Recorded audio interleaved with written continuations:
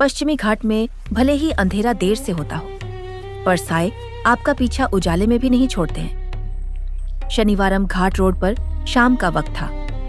बारिश अब भी रुकी थी, पर जंगल से डर अभी भी टपक रहा था। सड़क के दोनों तरफ ऊंचे पेड़ इतने पास थे कि लगता था कार उनके बीच से नहीं, उनके गले से निकल रही है। एक बाइक रुकी, ब्रेक की आवाज नहीं, बस टायर का हल्का फिसलना। हेडलाइट एक पल को कुहासे में डूबी, फिर बाहर आई। बाइक पर एक लड़का था, रितेश। पीठ पर छोटा बैग, हाथ में फोन और चेहरे पर वो थकान नहीं, डर था जो अभी समझ नहीं बना था।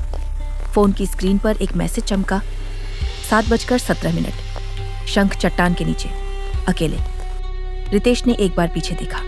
सड़क खाली, बहुत खाली, जैसे जंगल ने आवाजें भी लॉक कर दी हों। वो उतर गया और जंगल के अंदर जाने वाली कच्ची पगडंडी की तरफ बढ़ा, जहां लाल भूरे लेटराइट पत्थर बरसों से गीले पड़े थे और उन पर काय की चमक ऐसी थी जैसे किसी ने हल्की हरी पेंट की रगड़ लगा दी हो। जैसे ही रितेश ने कदम रखा, जंगल चुप नहीं हुआ। जंगल ने सुनना शुरू कर दिया। उसने फुसफुसाकर कहा, भाई बस 5 मिनट, बस एक रिकॉर्डिंग। अचानक उसके फोन में सिग्नल फुल हो गया, एकदम साफ। रितेश खुद चौंक गया।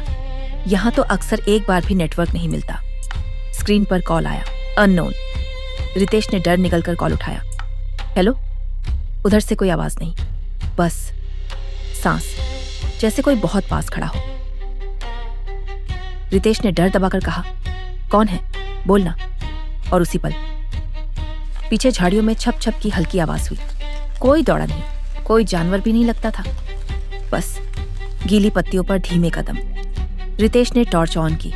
रोशनी आगे गई, पत्थर की दरार तक। एक पतली सी दरार, गुफा नहीं, बस धरती में काट। दरार के अंदर से हवा आई, बहुत ठंडी और अजीब सी, जैसे उसमें मिट्टी नहीं, पुरानी धातु की गंध हो। रितेश पीछे हटा और तभी उसके फोन में वही फुसफुसाहट आई। पहली बार शब्द बने, रिकॉर्डिंग ऑन कर, वरना तू भी भूल जाएगा। रितेश के हाथ कांपे। उसने रिकॉर्ड बटन दबाया। कैमरा ऑन होते ही स्क्रीन पर धुंधली सी इमेज बनी। पत्थर, गाय और दरार के पास कुछ सफेद। पहले लगा कपड़ा, फिर लगा धागा, फिर लगा नाखून। रितेश ने एक कदम और लिया और उसके कैमरे में एक चेहरा आया। चेहरा नहीं, जैसे चेहरा बनने की कोशिश, अधूरा, गीला, काय में लिपटा। रितेश का गला सूख गया। वो चीखा नहीं, बस उसके मुंह से एक कमजोर सा निकला। और फिर कैमरे की स्क्रीन एकदम ब्लैक, लेकिन रिकॉर्डिंग चलती रही, क्योंकि ऑडियो में रितेश की सांसें तेज होती गईं और उसके बाद एकदम शांत। इतनी शांति कि रात भी डर जाए। सुबह में शनिवारम का बस स्टैंड जागा। चाय की भाप, ऑटो की आवाज, स्कूल के बच्चे और घाट से उतरती गाड़ियां। लेकिन शंख चट्टान के नीचे भीड़ नहीं थी, बस 2 पुलिस वाले, एक टेप और लोगों की दूर से फुसफुसाहट। रितेश गया था रात में। अरे वो तो बहुत सीधा लड़का था। कह रहे हैं खुद गिर गया। गिरा नहीं, जैसे किसी ने उसे गिरा दिया। थाने से केस जल्दी चल पड़ा। काय लगे चट्टान में पैर फिसलने की वजह से मौत, और कहानी भी वहीं खत्म करनी थी। पर एक चीज फिट नहीं बैठ रही थी। रितेश के नाखूनों में काय नहीं, कुछ हरा सा गीलापन था, जो सामान्य काई जैसा नहीं लग रहा था। और सबसे अजीब, उसके फोन की रिकॉर्डिंग फाइल थी, जो कॉपी ही नहीं हो रही थी। हर बार ट्रांसफर करते वक्त बस फोन हैंग, फिर स्क्रीन पर एक लाइन, फाइल करप्ट। पर फाइल करप्ट नहीं थी। फाइल जैसे किसी ने बचाकर रखी हो, केवल एक इंसान के लिए। 2 दिन बाद रात 11:48 पर, शहर नहीं, कस्बा नहीं, एक छोटा सा पहाड़ी टाउन, शाखाहारी। जिनिशा रावत अपने ऑफिस में थी। टेबल पर पुरानी केस फाइलें, एक छोटा टॉर्च और एक मग जिसमें चाय कप की ठंडी हो चुकी थी। दरवाजे पर दस्तक नहीं हुई। फोन बजा, मानसविनी का। मानसविनी बोलते ही हाँफ रही थी। जीनी, एक चीज भेज रही हूं और तू हंसना मत, बस देख। जिनिशा ने पूछा, क्या हुआ? मानसविनी ने बताया, रात में शनिवार में एक लड़का मरा। पुलिस बोल रही एक्सीडेंट, पर ये ये रिकॉर्ड मैंने सुना और मेरे कान अब तक गर्म है। जिनिशा पूछती है, तू वहीं है? मानसविनी बताती है, हाँ, बस स्टैंड के पीछे। नेटवर्क ठीक नहीं, पर मैं भेज रही हूँ ऑडियो।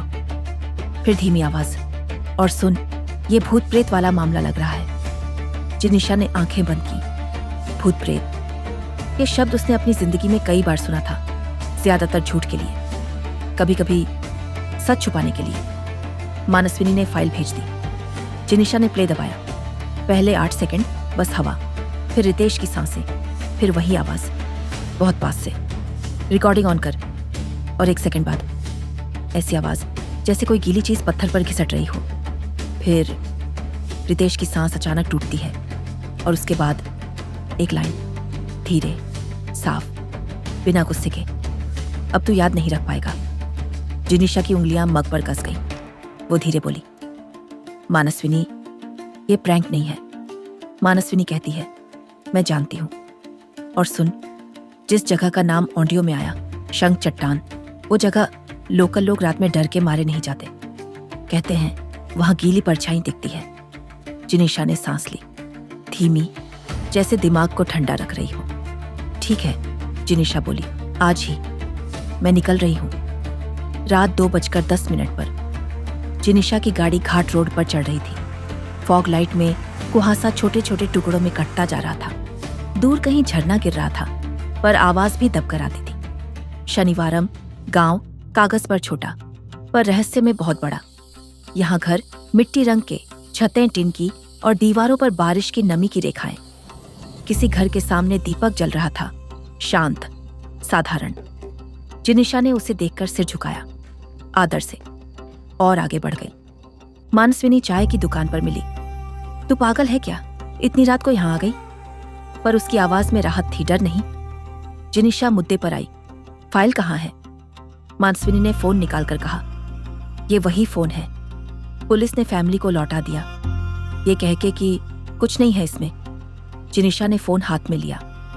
फोन साधारण था, पर हाथ में पकड़ते ही उसे लगा जैसे फोन की स्क्रीन के नीचे कोई चीज धड़क रही हो। वो बोली, चल, शंख चट्टान। मानसविनी ने गाड़ी की तरफ देखा। जिनी, वहां लोग गायब हुए हैं। फिर चुप हो गई, क्योंकि जिनिशा की आंखों में वो लुक था जो कहता है, डर बाद में, काम पहले। वो जगह गांव से 12 मिनट दूर थी, पर रात में 12 मिनट बहुत होते हैं। चट्टान के पास पहुंचते ही हवा बदल गई। ऐसा नहीं कि ज्यादा ठंडी हुई, बस ज्यादा खाली हो गई। जिनिशा ने टॉर्च ऑन की। पत्थर पर काई चमकी, हरा नहीं, अजीब सा हरा, जैसे रोशनी के अंदर ही रोशनी हो। मानसविनी ने धीरे पूछा, तू श्योर है? जवाब आया, हाँ, बस आवाज मत करना। दोनों आगे बढ़ी। जहां रितेश गिरा था वहां मिट्टी भी गीली थी, पत्थर भी गीले, पर एक चीज सूखी थी। पत्थर पर एक गोल निशान, जैसे किसी ने उंगली से गीली सतह पर गोल बनाया हो और वो हिस्सा सूख गया हो। जिनिशा झुकी, उंगली नहीं लगाई, बस टॉर्च पास लाई। निशान के किनारे बहुत हल्की सफेद सी परत थी, जैसे नमक या चूना।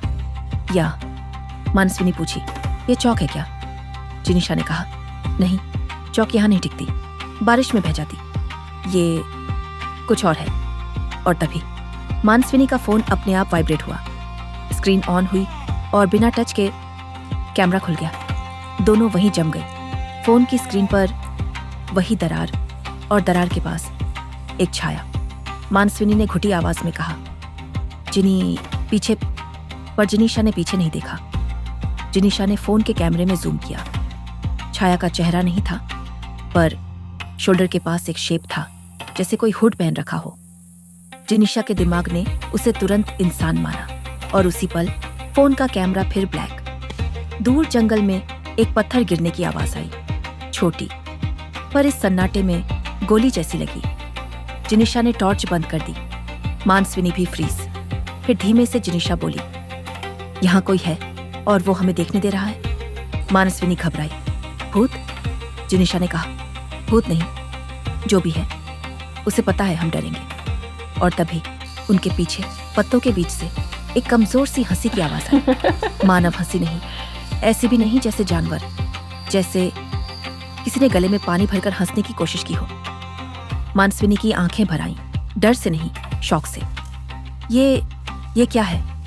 जिनिशा ने धीरे से मानसविनी का हाथ पकड़ा और कहा, चल वापस, अभी नहीं निकले तो ये रात और भारी होगी। दोनों पीछे हटने लगी, धीरे, टॉर्च बंद, सिर्फ सड़क की दूर की हल्की रोशनी और जंगल की सांस। और जैसे ही वो मुख्य रास्ते पर पहुंची, मानसविनी के फोन में एक मैसेज पॉप हुआ, अननोन सेंडर, रिकॉर्डिंग ऑन रखना, इन्वेस्टिगेटर। जिनिशा ने पहली बार मानसविनी की तरफ देखा।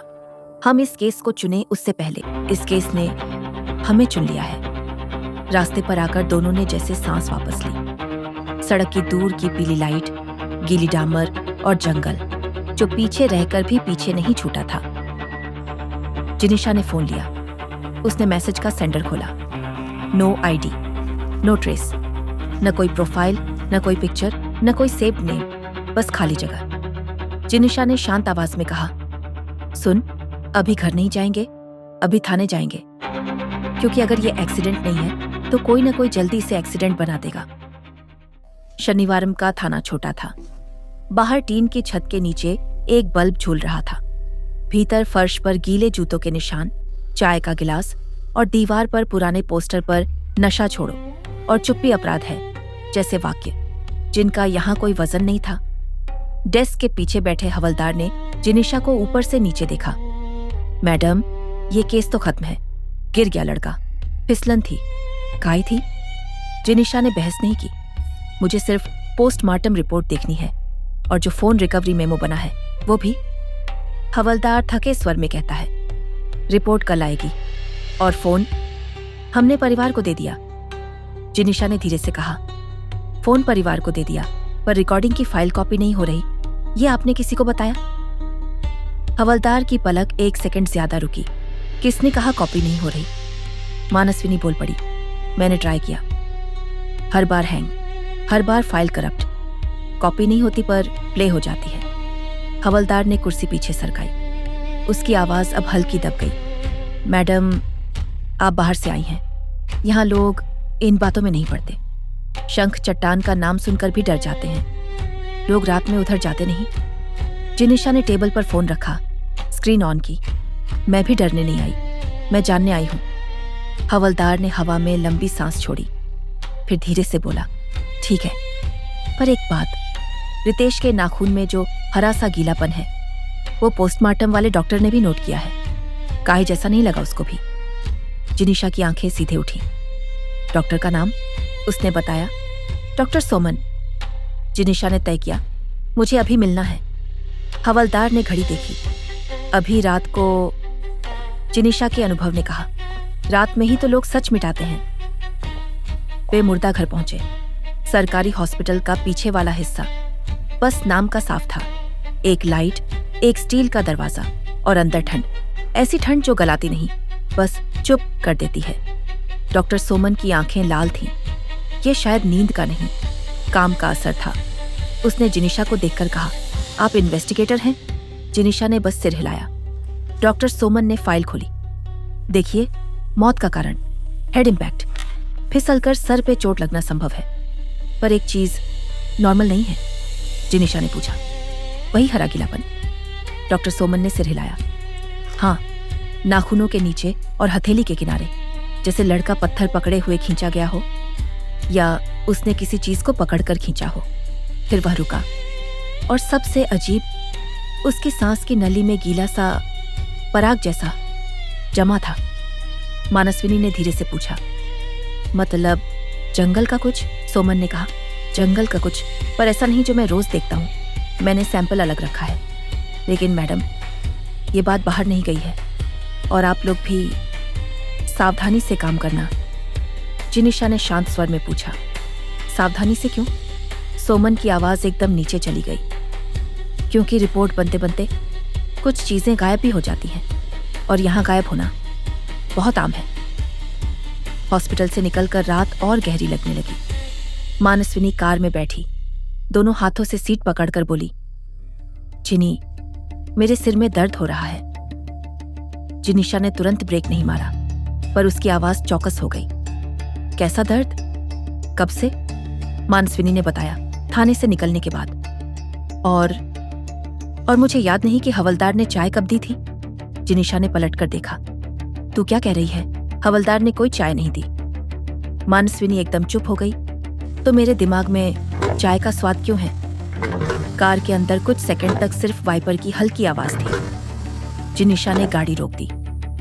मानसविनी, फोन दे। मानसविनी ने फोन दिया। जिनिशा ने रिकॉर्डर खोला, वही वॉइस रिकॉर्डर जो जंगल में अपने आप खुला था। उसमें नई फाइल थी, टाइम स्टैम्प। अभी अभी। जिनिशा ने प्ले दबाया। पहले 3 सेकंड सिर्फ हवा, फिर मानसविनी की आवाज, चाय अच्छी है, और फिर एक बहुत धीमी गीली सी हंसी। मानसविनी के चेहरे का रंग उतर गया। ये मैंने नहीं बोला। जिनिशा ने रिकॉर्डर बंद किया। किसी ने ये सिर्फ डराने के लिए नहीं किया है, इसके पीछे कोई तो संदेश है। सुबह होने से पहले जिनिशा ने एक काम किया। वो उसी चाय की दुकान पर गई जहां मानसविनी मिली थी, लेकिन इस बार चाय के लिए नहीं। दुकानदार, मध्यम उम्र का आदमी, कब पहुंचते हुए बोला, मैडम, आप रात में वहां गए थे क्या? जिनिशा ने सीधे जवाब नहीं दिया। आप रितेश को जानते थे? दुकानदार ने कब वहीं रोक दिया। सीधा लड़का था, ज्यादा बोलता नहीं था, पर पिछले हफ्ते से परेशान था। जिनिशा ने पूछा, किससे? दुकानदार ने इधर उधर देखा, फिर बहुत धीमे बोला, वो बोलता था, उसे याद नहीं रहता कल क्या हुआ, कौन मिला, बातें याद नहीं रहती, और फिर फोन में कोई अननोन चैट आता था। मानसविनी ने पूछा, कौन सा चैट? दुकानदार ने सिर हिलाया। नाम नहीं बताया, बस कहता था, जो मैं देख रहा हूं वो मैं अकेला नहीं देख रहा। जिनिशा ने पूछा, शंख चट्टान के पास रात में कौन जाता है? दुकानदार ने बड़े रहस्यमय ढंग से कहा, जाता तो कोई नहीं, पर कुछ लोग हैं जो वहां से आते हैं, और उनके कपड़ों में वही गीली खाई की गंध रहती है। मानसविनी घबराई। कौन लोग? दुकानदार ने एक नाम नहीं लिया, उसने बस इतना कहा, मैडम, इस सवाल का जवाब या तो मेरे पास नहीं है, या मैं बताऊंगा तो मैं भी नहीं बचूंगा। उस दिन दोपहर में जिनिशा और मानसविनी फिर शंख चट्टान गईं। दिन में जंगल कम डरावना लग रहा था। न डर की चीख, न हवा की सीटी, बस गीले पेड़ और रहस्यमय चुप्पी। जिनिशा ने इस बार फोन को हाथ में नहीं रखा। फोन ट्राइपॉड पर, रिकॉर्डिंग ऑन, और साथ में एक छोटा टॉर्च, सीधा दरार की तरफ। मानसविनी ने धीरे से पूछा, जिन्हीं, अगर सच में कुछ है तो? जिनिशा ने कहा, तो भी वही होगा जो हमेशा होता है, या तो सच सामने आएगा या हम फिर किसी मुसीबत के फंसेंगे। वो उस गोल सूखे निशान तक पहुंची जो रात में मिला था। दिन में वो और साफ दिख रहा था। जिनिशा ने वहां उंगली नहीं लगाई। उसने एक साफ कागज निकाला, हल्का सा उसे निशान पर दबाया। कागज पर बहुत हल्की सफेद सी परत आ गई। उसने कहा, ये नमक नहीं है, ये कुछ ऐसा है जो पानी में नहीं घुलता, फिर भी गीले में टिक जाता है। मानसविनी ने आंखें सिकोड़कर कहा, मतलब कोई केमिकल? जिनिशा ने सिर हिलाया, या कोई ऐसा ऑर्गेनिक जो नमी में जीवित रहता है। और ठीक उसी वक्त दरार के अंदर से ठंडी हवा आई। वहां मौसम तो ठंडा था ही, फिर भी यह हवा अलग थी, जैसे किसी फ्रिज का दरवाजा खुला हो। मानसविनी के रोंगटे खड़े हो गए। ये अभी भी ठंडी है। और पहली बार उसे दीवार पर पतली पतली रेखाएं दिखीं। चित्र नहीं, नाम नहीं, सीधी बराबर दूरी पर बनी हुई, जैसे किसी ने गिनती लिखी हो, पर अंक नहीं। मानसविनी फुसफुसाई, ये किसने बनाया? जिनिशा ने कहा, जो भी है वो डराने के लिए नहीं बना रहा, वो ये सब रिकॉर्ड कर रहा है। गांव में सबसे भरोसेमंद चेहरा वही होता है जो सबके घर आता जाता है। शाम ढलने लगी थी और हवा में गीली पत्तियों की गंध फिर से मोटी होने लगी थी। चाय की दुकान वाला जिनिशा को एक पतली गली में ले गया। मैडम, वैद्य नीलकंठ यहीं रहते हैं। रात में किसी को भी बुखार हो, घबराहट हो, सांस अटकती हो, सब इन्हीं के पास जाते हैं। दरवाजा खुला था। भीतर कोई क्लिनिक जैसा नहीं था, बस लकड़ी का छोटा कमरा, कुछ जड़ी बूटियां, सूखे पत्ते, पीतल की कटोरी, और एक कोने में धूप जलती थी जो धुआं नहीं, बस हल्की सी खुशबू छोड़ रही थी। वैद्य नीलकंठ बाहर आए। उम्र 55 के आसपास, आंखें बहुत साफ, माथे पर हल्की राख की रेखा, कपड़े साधारण। उनकी आवाज ऐसी कि सामने वाला बिना पूछे भी उनसे बात करने लगे। उन्होंने जिनिशा को देखते ही कहा, आप लोग शंख चट्टान के बारे में पूछ रहे हैं ना? मानसविनी चौंकी। आपको कैसे पता? नीलकंठ ने धीमे से मुस्कुरा दिया। यहाँ जो भी उस तरफ जाता है, वापस आते ही उसकी सांस बदल जाती है, और जिसकी सांस बदलती है वो पहले मेरे पास ही आता है। जिनिशा ने सीधा सवाल किया, रितेश आपके पास आया था? नीलकंठ ने बिना घुमाए कहा, हाँ, 3 दिन पहले। बोला, रात में दिल बहुत तेज धड़कता है, गला सूखता है, और सुबह उठकर याद नहीं रहता कि डर किस बात का था। मानसविनी ने पूछा, आपने उसे कुछ दिया? नीलकंठ ने कटोरी की तरफ इशारा किया, सिर्फ काढ़ा। और एक बात, रात में उस दरार के पास मत जाना, वहां की हवा दिमाग पर असर करती है। जिनिशा ने उसकी आंखों में देखा। दिमाग पर कैसे? नीलकंठ पहली बार थोड़ा रुके, फिर बोला, आप लोग शहर के हैं, वहां डर की वजह लोग होते हैं, यहाँ गांव में हवा भी डर की वजह हो सकती है। मानसविनी ने हल्का सा हंसकर कहा, मतलब भूत? नीलकंठ ने हंसी नहीं दी, बस बहुत सीधी लाइन बोली, भूत नहीं, पर जो चीज वहां है वो इंसान को अपने जैसा बना देती है, और इंसान उसी हालत में गलत फैसले कर बैठता है। जिनिशा ने तुरंत पकड़ लिया। गलत फैसले जैसे क्या? नीलकंठ ने नजर नीचे कर ली, जैसे शब्द चुन रहा हो, जैसे सच बोलने जाना और फिर वापस आकर कहना, मुझे कुछ याद नहीं। ये लाइन जिनिशा के भीतर कहीं लग गई। नीलकंठ ने बात बदलने की कोशिश की, मैडम, आप लोग अगर फिर रात में जाएंगे तो सांस रोक कर जाना। डर में सांस तेज होती है, और वहां तेज सांस सबसे पहले पकड़ी जाती है। मानसविनी ने धीरे से पूछा, कौन पकड़ता है? नीलकंठ ने बस इतना कहा, जिसके लिए डर एक भोजन है, और फिर उन्हें वापस जाने को कहा, अब जाइए, रात भारी है। जिनिशा बाहर निकली तो मानसविनी ने फुसफुसाकर कहा, कि आदमी बहुत ज्यादा काम है। जिनिशा ने जवाब दिया, हाँ, और बहुत ज्यादा काल्म आदमी अक्सर 2 वजह से होता है, या तो वो बहुत निर्दोष है, या फिर उसे सब पहले से दोष के बारे में पता है। रात को दोनों एक छोटे लॉज में रुकी, गांव के बाहर। कमरा साफ था, पर हवा में वही गीली लकड़ी की गंध थी जो जंगल की याद दिलाती है। मानसविनी सो गई। जिनिशा की आंख नहीं लगी। वो चेयर पर बैठकर रितेश की ऑडियो फिर सुन रही थी, और तभी बिना हवा के कमरे का बल्ब हल्का सा झपका। जिनिशा ने रिकॉर्डर बंद किया, कान लगाकर सुना। बाहर से कोई चलने की आवाज नहीं थी, फिर भी कमरे के अंदर किसी की मौजूदगी जैसी भारी चीज उतरने लगी। जिनिशा उठी, दरवाजे की तरफ बढ़ी, और उसी पल मानसविनी ने नींद में बुदबुदाया, चाय अच्छी है। जिनिशा वहीं रुक गई। मानसविनी ने फिर कहा, रिकॉर्डिंग ऑन। जिनिशा के हाथ ठंडे हो गए। वो तुरंत मानसविनी के पास गई। उसे जगाया नहीं, बस उसका हाथ पकड़कर पल्स देखी। मानसविनी की सांस तेज थी, बहुत तेज, और माथे पर पसीना, गीला, ठंडा। तभी कमरे के कोने से वही गीली हंसी आई, बहुत हल्की, बहुत पास। जिनिशा ने फ्लैशलाइट उठाई और सीधा रोशनी फेंकी। कोने में कुछ नहीं था, बस दीवार पर एक गीला सा धब्बा, जैसे किसी ने उंगली से पानी लगाया हो। शायद कोई बताना चाहता था कि वो उनके जीवन में आ चुका है। सुबह जिनिशा सीधे डॉक्टर सुमन के पास गई। जो सैंपल आपने रखा था, उसकी स्मेल कैसी है? डॉक्टर सुमन ने कहा, गीली मिट्टी जैसी, पर उसमें एक अजीब सी मेटल वाली बात है। जिनिशा ने कहा, ठीक, और सांस की नली वाला पराग जैसा जमा, क्या वो किसी फंगस जैसा लगा? डॉक्टर सुमन ने उसे देखा। आपको क्यों लग रहा है फंगस? जिनिशा ने कहा, क्योंकि डर के वक्त सांस तेज रहती है, और अगर कोई चीज हवा में है जो डर के वक्त ज्यादा इनहेल होती है, तो वो सिर्फ भूत नहीं हो सकती। कुछ तो है जो शरीर के अंदर जाकर रिएक्शन कर रहा है। एक वैद्य नीलकंठम ने कहा, वहां की हवा दिमाग पर चढ़ती है और लोग भूलने लगते हैं। डॉक्टर सोमन की आंखें एक पल के लिए फैलती हैं। वैद्य नीलकंठम?